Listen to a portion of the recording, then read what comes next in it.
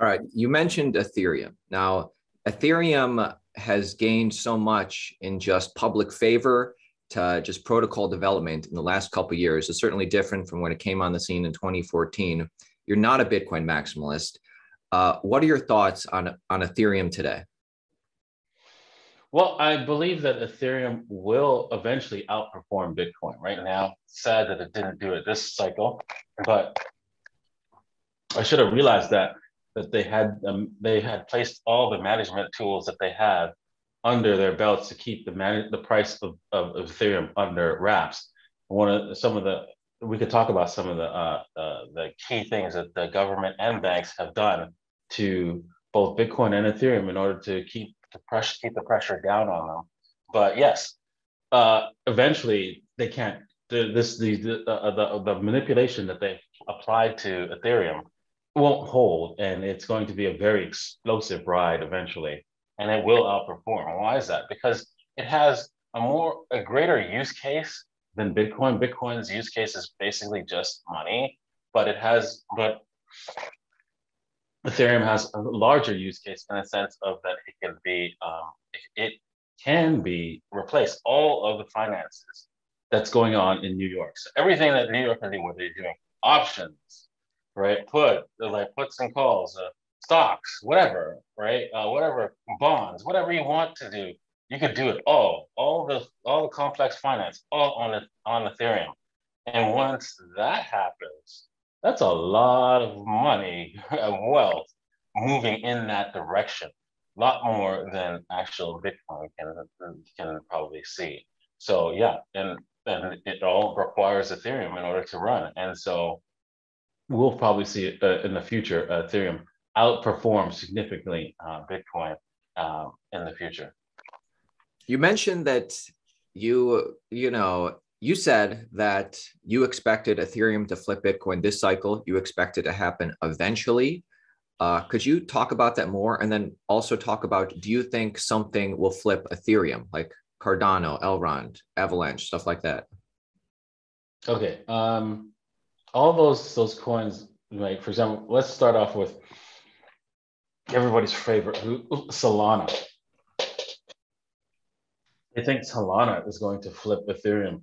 The main thing that Solana's selling point is that, oh, we're cheaper fees, right? And yeah, it doesn't even have an EVM, but yeah, all right, an EVM happens to me stand for Ethereum virtual machine, right?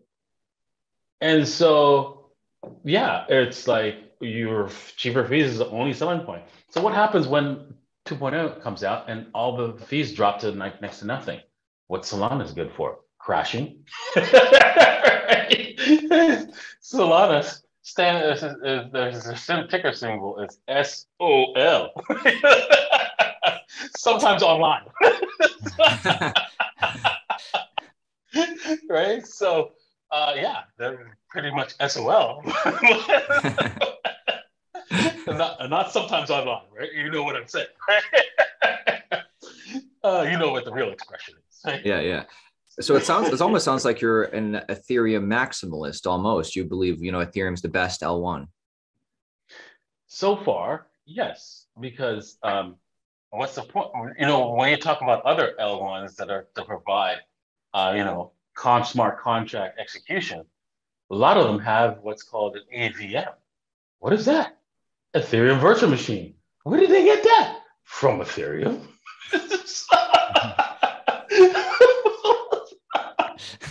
I mean, come on. Come on. Right? And why did you do that? Just to make it compatible so your Solidity contract code runs on mine. Oh, I see. So you don't have any difference, right?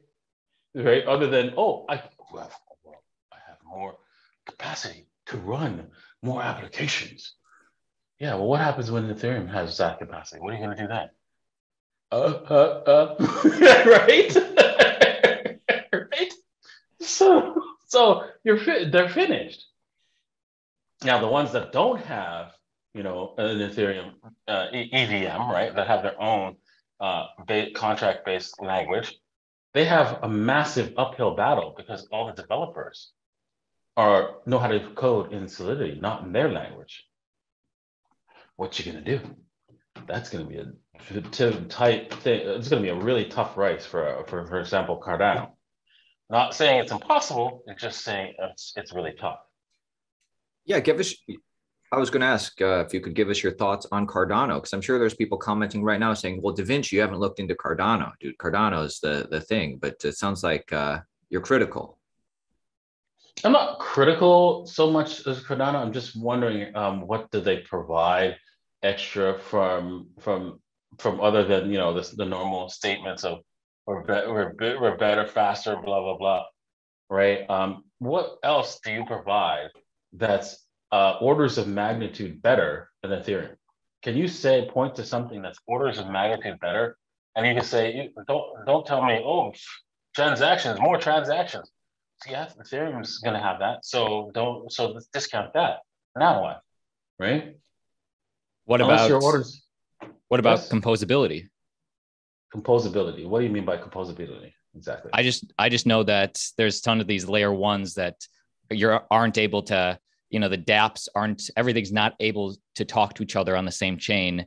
But with, I know Radix is big into composability. Cardano is the same thing. Everything's able to happen on one single layer and get it done. I'm no developer, but that's just the buzzwords I hear. Okay, agreed.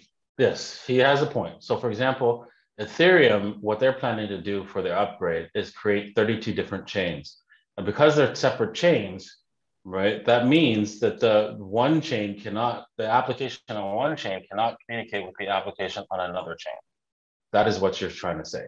Now, yes, there you go. You do have a point that will be a differentiating factor for example, Cardano, if they can maintain, if they can really truly have large numbers of transactions running, right, and all on one chain, that might tip the scale. So that's why, yes, you're right, that could tip the scale. But again, they have an uphill battle in order to get to that. And I'm sure Ethereum 3.0 will probably fix that in the future.